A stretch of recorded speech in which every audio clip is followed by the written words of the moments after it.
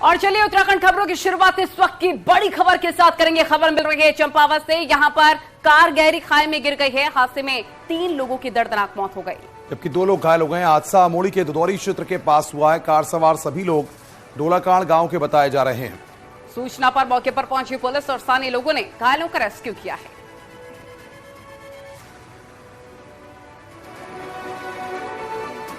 तो ये तस्वीरें इस वक्त आप देख रहे हैं। एक बड़ा हादसा हो गया और इस दुखद हादसे में 3 की मौत हो गई है। अमोड़ी के दुधौरी के पास यह हादसा हुआ था। साथ ही कई लोग घायल भी हैं, जिनको अस्पताल में इलाज के लिए भर्ती करवा दिया गया है। डोलाकांड गांव के बताए जा रहे हैं ये कार सवार। बड़ी खबर चंपावत से। अचानक से ही एक गहरी खाई में कार जा गिरती है, जिसकी वजह से एक बड़ा हादसा हो गया। पुष्कर सिंह धामी ने, मुख्यमंत्री ने भी इस पूरे हादसे पर दुख प्रकट किया है, दुख व्यक्त किया है। ये तस्वीरें इस वक्त आप देख रहे हैं। स्थानीय लोगों ने वहां पर जो भी लोग घायल थे उनका रेस्क्यू किया।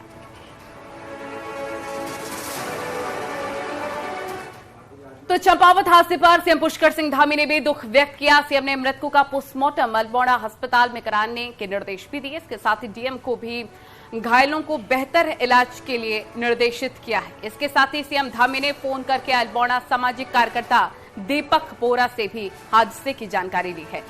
यह हम आपको अब ट्वीट भी दिखाएंगे। साथ ही क्या कुछ उनके द्वारा कहा गया है, निर्देशित किया गया है, वो भी हम इस वक्त आपको दिखा रहे हैं। उन्होंने कहा कि उचित से उचित जो सुविधाएं हैं वो मुहैया करवाए जाएं, बेहतर इलाज कराया जाए सभी का, जो भी लोग इसमें घायल हैं। और साथ ही जो 3 लोग मृत हुए हैं उनके प्रति भी उन्होंने अपनी शोक संवेदनाएं व्यक्त की हैं।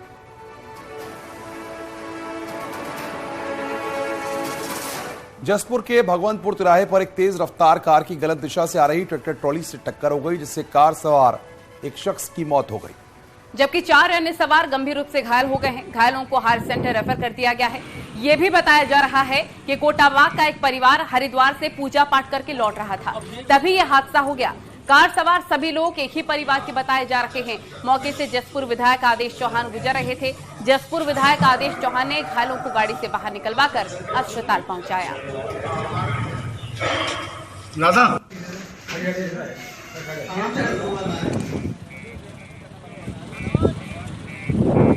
साइड से आ रही थी और एक ट्रैक्टर जा रहा था रोड साइड गन्ने से लदा हुआ, उससे दुर्घटना हुई है।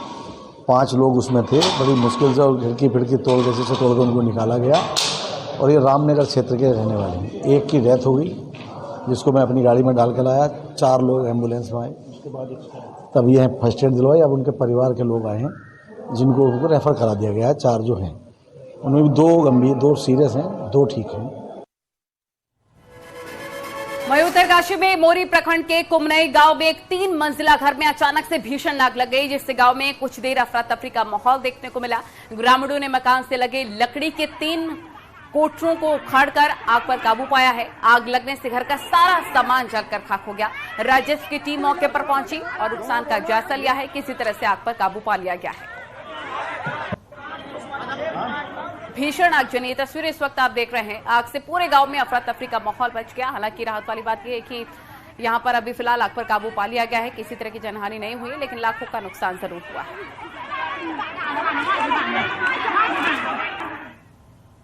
उत्तरकाशी में देर रात को 4 बार भूकंप के हल्के झटके महसूस किए गए, जिसके चलते जिले के लोग दहशत में दिखे। भूकंप का पहला झटका देर रात 12:35 से 37 मिनट पर हुआ, दूसरा 12:39 पर, तीसरा 12:44 और चौथा 12:55 पर महसूस किया गया, जिसकी तीव्रता 2.5 रिक्टर स्केल पर मापी गई है। भूकंप का केंद्र उत्तरकाशी के भटवाड़ी प्रखंड में सिरोर गांव के जंगल में बताया जा रहा है। भूकंप से जिले के किसी भी नुकसान की फिलहाल कोई खबर नहीं है, लेकिन जिस तरह एक के बाद एक 4 झटके महसूस किए गए, उससे दहशत बनी हुई है। उत्तरकाशी जनपद भूकंप की दृष्टि से काफी संवेदनशील जोन 5 में रखा गया है और जनपद में पिछले कुछ सालों में कई बार भूकंप के झटके महसूस किए गए हैं। उत्तराखंड में उत्तरकाशी जनपद में भूकंप के झटके महसूस किए गए। रात की करीबन 1 बजे पहला झटका भूकंप का महसूस किया गया। लोग दहशत में रहे। लोगों ने तमाम अपने अपने घरों से लोग बाहर निकले। बीती रात को 12:30 के बाद 15 मिनट में उत्तरकाशी में 4 बार भूकंप के झटके आए हैं और इन झटकों से लोग दहशत में हैं और लोग घरों से बाहर निकल आए हैं। और पिछले 1 साल से लगातार पहाड़ों में कहीं न कहीं किसी न किसी जिले में भूकंप के झटके आ रहे हैं, जिससे लोगों में बहुत सारा दहशत है। वहीं उत्तराखंड एसटीएफ ने नाइजीरियन मूल के एक ऐसे आरोपी को गिरफ्तार किया है जो कि फेसबुक में लड़की की फेक प्रोफाइल आईडी बनाकर दोस्ती किया करता था और फिर पेट्रोलियम इंटरनेशनल लंदन में नौकरी और गोल्ड में निवेश के नाम पर ठगी किया करता था। आरोपी ने रुद्रपुर के रहने वाले सुरेश के साथ 1 करोड़ 85 लाख की ठगी की थी, जिसने फेसबुक की फर्जी प्रोफाइल के जरिए पहले दोस्ती की और फिर ठगी की। पीड़ित ने अलग अलग अकाउंट में 1 करोड़ 85 लाख रुपए आरोपी को ट्रांसफर किए थे। व्यक्ति को तुगलकाबाद दिल्ली से गिरफ्तार किया गया है, जिसका नाम ओबी फिलिप है और यही मास्टरमाइंड था। ये अलग अलग लगभग 29 से 30 जीमेल आईडी संचालित कर रहा था और कुछ फर्जी जो बैंक अकाउंट्स हैं उनको यूज करके और ये पूरी धोखाधड़ी को अंजाम। हरिद्वार जेल में बंद कुख्यात सुनील राठी जेल के भीतर रहकर ही फिरौती और रंगदारी का नेटवर्क चला रहा है। पुलिस ने प्रॉपर्टी डीलर से फोन पर 50 लाख की रंगदारी मांगने और जान से मारने की धमकी देने पर सुनील राठी के गुर्गे सुशील गुर्जर को गिरफ्तार किया है। सुशील गुर्जर के पास से पुलिस को बुलेट प्रूफ स्कॉर्पियो और इसके साथ ही 10 जिंदा कारतूस के साथ पिस्टल भी बरामद हो चुके हैं। बीती 13 फरवरी को सिडकुल क्षेत्र के एक विवादित प्रॉपर्टी को सुलझाने के एवज में सुशील गुर्जर ने 2 प्रॉपर्टी डीलर भाइयों को व्हाट्सएप कॉल करके धमकाया था। एसएसपी का कहना है कि गैंगस्टर सुनील राठी भी व्हाट्सएप कॉल में कॉन्फ्रेंस के जरिए जुड़ा हुआ था। सुनील राठी ने उनको फ़ोन के द्वारा और उसमें अन्य लोग जो सुशील गुर्जर मिरकपुर सहारनपुर का रहने वाला और अन्य लोगों ने उनसे उस प्लॉट के एवज को मामला सेटल करने के लिए धमकी दी है। साथ ही साथ 50 लाख रुपए की रंगदारी मांगी, जिस पर मुकदमा एक्सटॉर्शन में दर्ज कर लिया गया था। फ़ोन कॉल जो है सुनील राठी द्वारा की गई थी और साथ ही साथ इसको कॉन्फ्रेंस कॉल पर लेकर सुनील राठी के कुछ परिवारजन इसमें शामिल थे, साथ ही साथ सुशील गुर्जर जो इसमें शामिल था, जिसने नंबर उपलब्ध कराया था। वहीं फिजिकल ट्रेनिंग के नाम पर सरकारी विभाग में नौकरी का झांसा दिलाने वाले गिरोह को एसटीएफ ने पर्दाफाश उसका कर दिया है। ये गिरोह नौकरी के नाम पर बेरोजगारों से अभी तक 80 लाख रुपए की ठगी कर चुके हैं। नोएडा से चल रहे इस गिरोह के 3 सदस्य आनंद महतो, योगेंद्र और संजय रावत को गिरफ्तार किया गया है। पहले गिरोह भारतीय युवा खेल परिषद की वेबसाइट में से 700 रुपए लेकर रजिस्ट्रेशन करवाते थे और फिर 2 से 3 लाख रुपए ट्रेनिंग के नाम पर वसूल करते थे। ट्रेनिंग के लिए हरिद्वार के आश्रम में इनको ट्रेनिंग दी जाती थी। गिरोह ने देश भर के 80 से ज्यादा युवाओं के साथ ठगी की है।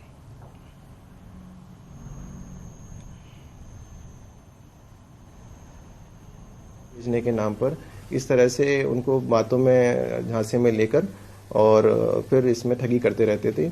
इसमें ध्यान देने वाली बात है कि जो विक्टिम था, इसमें पूर्व में भी इसका एक और इसके साथ ठगी हुई थी, उसमें भी मुकदमा लिखा गया था। उसमें भी एक नाइजीरियन मूल के व्यक्ति को गिरफ्तार किया गया था। फिर दोबारा इसके साथ में ठगी हुई तो उसने दोबारा मुकदमा दर्ज कराया था और इसमें भी अरेस्टिंग की गई है। अब इसमें बाकी इन्वेस्टिगेशन अभी चल रही है और भी अगर किसी का रोल आएगा तो उस पर भी कार्रवाई की जाएगी। और चलिए अब आपको आपके फायदे की खबर बताते हैं। स्वास्थ्य विभाग ने केमिस्ट दुकानों के लिए एक नए नियम जारी कर दिए हैं। केमिस्ट दुकानों में काम करने वाले कर्मचारियों और फार्मासिस्ट को अब लैब कोटे के साथ नेम प्लेट भी पहनना होगा। साथ ही केमिस्ट दुकानों के नाम बाहर नो बिल नो बिल का बैनर लगाना जरूरी है। इसके साथ ही सभी केमिस्ट की दुकानों पर सीसीटीवी भी लगाना होगा। वहीं कार्यरत फार्मासिस्ट की पे स्लिप रखना जरूरी होगा। पूरे प्रदेश में दरअसल इन नियमों को लागू कराने के लिए विभागीय छापेमारी भी की जाएगी।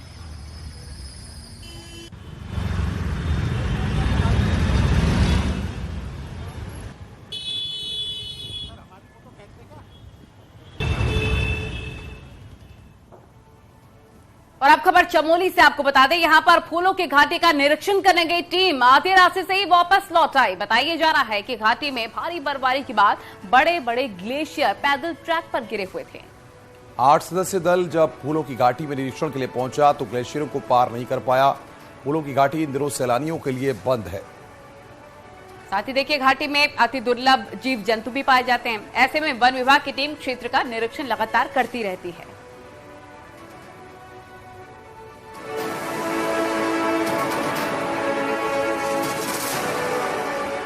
आरएसएस की 12 से 14 मार्च तक हरियाणा में प्रतिनिधि सभा की वार्षिक मीटिंग होने वाली है। और इस मीटिंग पर उत्तराखंड बीजेपी और संघ परिवार की भी नजरें लगातार टिकी हुई हैं। क्यों, इस रिपोर्ट में देखिए।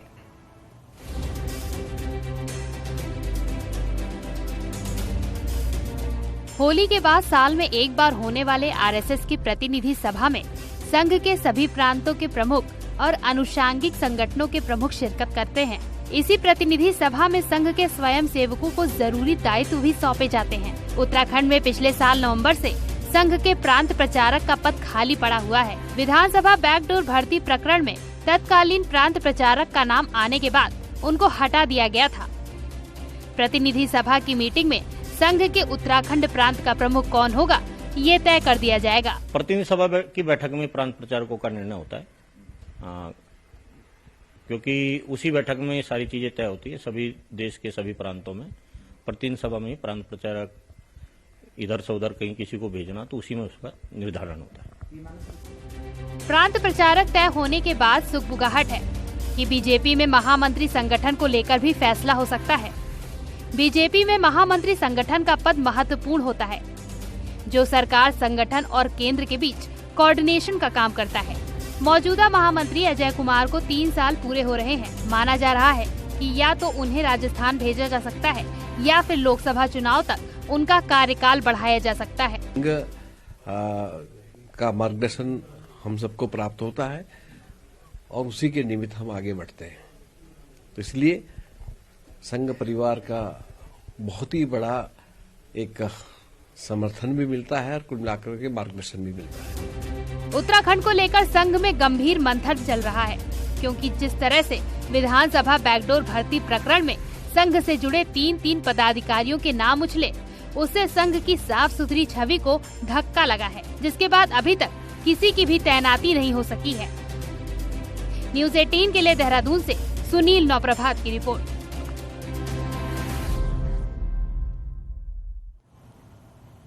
और इस वक्त एक बड़ी खबर मिल रही है देहरादून से, जहां पर पूर्व मुख्यमंत्री त्रिवेंद्र सिंह रावत और उनके दोनों पुत्रियों कृति और साथी श्रीजा ने शनिवार को देहदान का संकल्प लिया। दधीची देहदान समिति को इस बाबत पूर्व सीएम त्रिवेंद्र और उनकी दोनों पुत्रियों ने अपना अनुमति पत्र सौंपा है। राजधानी देहरादून में पिछले 12 महीनों में 70 लोगों ने देहदान का फैसला लिया है। और इस लिस्ट में शनिवार को पूर्व सीएम त्रिवेंद्र सिंह रावत और उनके दोनों बेटियों का नाम भी जुड़ गया। ये तस्वीरें हम आपको दिखा रहे हैं। एक बड़ा संकल्प, एक बड़ी पहल उनके द्वारा की गई है, देहदान महादान का संकल्प। और इसी के साथ ये तस्वीरें इस वक्त आप देख रहे हैं पूर्व सीएम और उनके दोनों बेटियों की। अब देखिए, जिस तरह से हमारी मॉडर्न साइंस है और तमाम जो शोध कार्य होते हैं वो हमारे शरीर पर होते हैं। अब ये जिंदा शरीर पर तो संभव नहीं है, और इसलिए हमने परिवार में बातचीत करके और ये निर्णय लिया कि हमको अपने नेत्रदान और अंगदान करना चाहिए। चाहते थे कि देहदान ही करें, लेकिन थोड़ा उसमें सहमति नहीं बन पाई। महाराष्ट्र के पूर्व गवर्नर भगत सिंह कोश्यारी के पिथौरागढ़ पहुंचने पर उनका जोरदार स्वागत किया गया। इस मौके पर बीजेपी कार्यकर्ताओं से कोश्यारी ने मुलाकात भी की और राज्य के विकास पर चर्चा भी हुई। इसके अलावा पूर्व गवर्नर से लोगों को संबोधित करते हुए उन्होंने कहा कि उत्तराखंड में विकास की काफी संभावना है, लेकिन जरूरत इस बात की है कि सभी लोग पूरी ईमानदारी के साथ अपने अपने क्षेत्रों में काम करें। वहीं भगत होली तक पिथौरागढ़ में ही रहेंगे।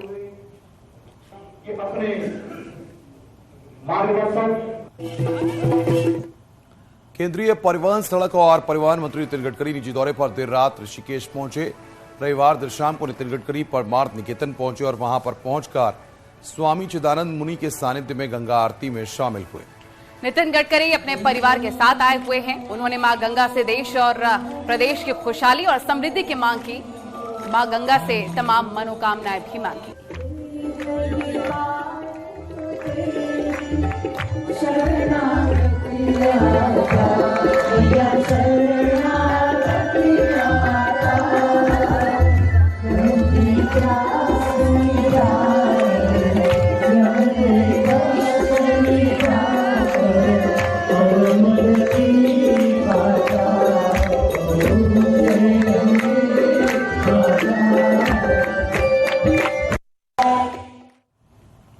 और चलिए खबरों में आगे बढ़ते हैं। खटीमा में सीएम पुष्कर सिंह धामी के आवास में बैठ के होली हुई। मुख्यमंत्री को जहां उनकी मां विस्ना धामी ने होली का टीका लगाया, वहीं सीएम ने अपनी मां के पैर छूकर आशीर्वाद भी लिया। इस दौरान बड़ी संख्या में क्षेत्र की महिलाएं भी बैठकी होली में शामिल हुई और मुख्यमंत्री ने सभी को होली की बधाई दी।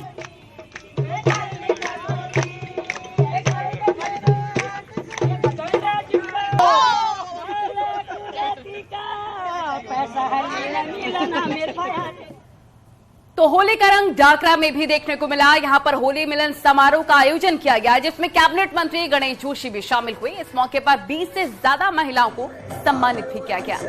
8 मार्च को अंतर्राष्ट्रीय महिला दिवस है और उसी दिन होली भी है। ऐसे में आज की महिलाओं को सम्मानित किया गया।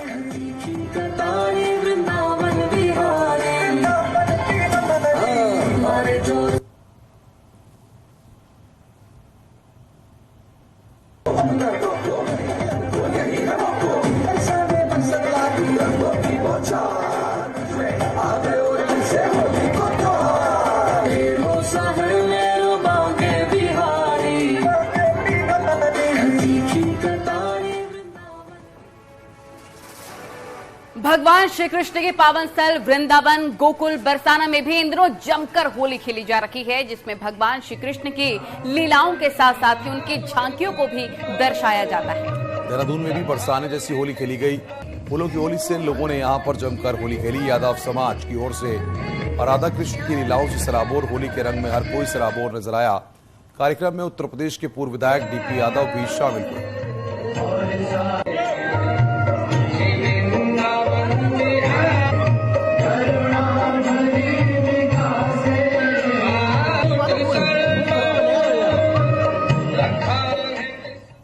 चलिए खबरों में आगे बढ़ते हैं। पहाड़ के गांव के युवाओं के त्योहारों के प्रति उदासीनता बढ़ती जा रही है और अब इसका असर रंगों के पर्व होली पर भी दिखने लग गया है। तो रिपोर्ट आपको दिखाते हैं।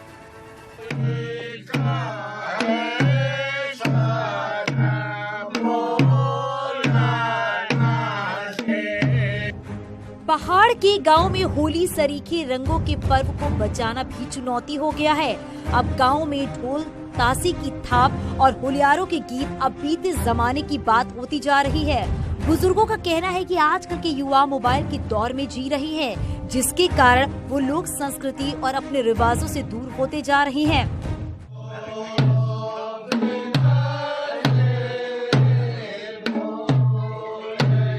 आज धीरे धीरे समाज, आज हमारी पुरानी जो संस्कृति थी वो लुप्त होने की कगार में है। कुछ लोग जो बुजुर्ग बचे हुए हैं उनको उनमें ही जरा सी होली का हुआ, नई पीढ़ी को इससे इतना लगाव नहीं है। पहाड़ में होली मिलन और गायन कर गांव के हर एक घर पर जाने की परंपरा रही है। यहाँ होली का खासा महत्व रहा है, जिसमें युवा पीढ़ी बुजुर्गों से होली गायन का पाठ सीखती है। लेकिन पलायन और नई टेक्नोलॉजी ने होली जैसे त्योहारों से युवाओं का मोह भंग कर दिया है। जैसे होली का त्योहार आता है, दीपावली आती है, तो बड़े बूढ़े बुजुर्ग लोग ही होलियों में दिखाई देते हैं। महिलाएं ही यहाँ पर होलियों में दिखाई देते हैं। नौजवानों की होली तो कहीं दूर दूर तक दिखाई नहीं देती है। की बात करती तो युवाएं नए ट्रेडिशन के साथ, नए दौर के साथ उसमें कुछ मिक्स हो जाता है। लेकिन मेरे युवाओं से ये अपील रहेगी कि आप नए तरीके को जरूर अपनाएं, लेकिन अपनी पुरातन शैली को, अपनी पारंपरिक संस्कृति को ना छोड़े। होली के पर्व पर गुलजार रहने वाले पहाड़ में अब उत्साह कम हो गया है। बस यहाँ के बुजुर्ग बिना युवाओं के होली के पर्व पर अपनी लोक संस्कृति और पहाड़ की परंपरा को जिंदा रखे हुए हैं। न्यूज़ 18 के लिए बागेश्वर से सुष्मिता थापा की रिपोर्ट।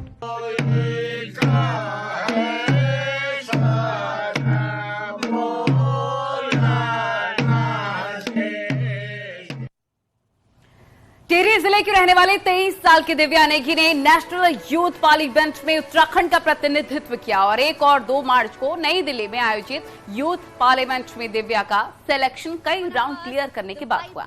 इस आयोजन में 29 युवाओं ने अपने राज्यों को प्रतिनिधित्व किया था। यूथ पार्लियामेंट में लोकसभा स्पीकर ओम बिरला, युवा मामलों के मंत्री अनुराग ठाकुर समेत कई नामचीन हस्तियों ने वक्ताओं को सुना।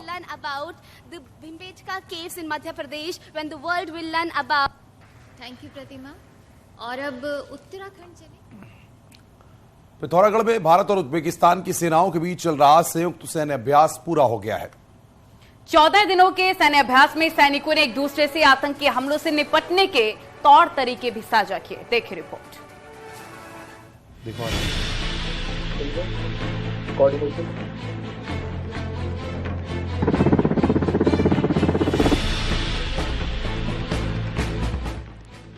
भारत और उज्बेकिस्तान के बीच सैन्य अभ्यास कई मायनों में खास रहा है। इस अभ्यास के जरिए जहां दोनों देशों की सेनाएं एक दूसरे की युद्ध तकनीक से रूबरू हुई, वहीं आतंकवादियों को करारा जवाब देने के गुण भी जवानों ने साझा किए। इस दौरान जवानों ने घरों और धार्मिक स्थलों में छिपे आतंकवादियों को मार गिराने का भी अभ्यास किया। यही नहीं, हेलीकॉप्टर की मदद से रेस्क्यू और सर्च ऑपरेशन भी जवानों ने चलाया। तो दो टीम जो कि उज्बेकिस्तान और इंडियन आर्मी की हैं, कैसे ऑपरेट करेंगी, ये उसके लिए किया गया है। इंडियन आर्मी का काउंटर टेररिज्म और काउंटर इंसर्जेंसी का बहुत लंबा इतिहास भी रहा है और एक्सपीरियंस भी रहा है। जॉइंट एक्सरसाइज में दोनों देशों के 90 सैनिकों ने भाग लिया। इस दौरान सैनिकों का फोकस खुद को ज्वाइंट ऑपरेशन के लिए भी तैयार करना था। भारतीय सेना को काउंटर टेररिज्म में महारत हासिल है, जिसका लाभ संयुक्त सैन्य अभ्यास के दौरान उज्बेकिस्तान के सैनिकों को भी मिला। उज्बेकिस्तान के सैनिक भारत में हुए इस युद्धाभ्यास को फायदेमंद मान रहे हैं। भारत के साथ 14 दिनों का सैन्य अभ्यास उज्बेकिस्तान की सेना के लिए काफी फायदेमंद रहा। हमारे जवानों ने इस दौरान काफी कुछ सीखा।